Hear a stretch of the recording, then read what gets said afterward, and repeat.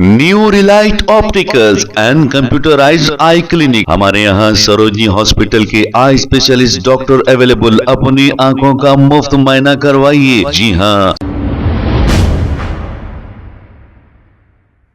अस्सलाम वालेकुम नाजरीन, 7H न्यूज सच को रखे आपके आगे। चंद्रान गुट्टा कॉन्स्टिट्यूंसी में Chandran Gutta AIMIM MLA floor leader AIMIM Akbaruddin Owaisi ने पैदल दौरा किया और तरक्याती कामों का इफ्तिताह अमल में लाया। इस मौके पर डोर टू डोर कुछ लोगों से मुलाकात भी की। अब आने वाले GHMC इलेक्शन है, लीडर आपकी दहलीज तक बराबर पहुंचते हैं। अब पता नहीं उसके बाद 5 साल फिर इलेक्शन रहता है, आते हैं या नहीं पता नहीं, लेकिन अब आपके बीच तो जरूर रहते हैं। आइए देखते हैं इसी की रिपोर्ट।